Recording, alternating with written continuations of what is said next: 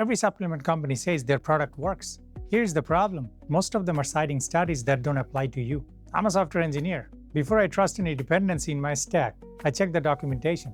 So before I spend money on a new supplement, I run it through one prompt in Claude. Takes 30 seconds, and it killed about 80% of the supplements I was about to buy. Here is what the prompt checks. 1. Is there a meta-analysis? Not a single study, a meta-analysis showing effect size in humans. 2. Does the dosage in the product match the dosage in the research? Most don't. They use a clinically studied ingredient at 1/3 of the dose and call it evidence-based. 3. Is the effect relevant to my actual goal? Ashwagandha lowers the cortisol. Great, but my cortisol isn't elevated. That's a fix for a bug I don't have. 4. Does it interact with anything else that I'm taking? I asked Claude to run this on a magnesium supplement that I was considering. It passed all 4. I asked it about a fat burner.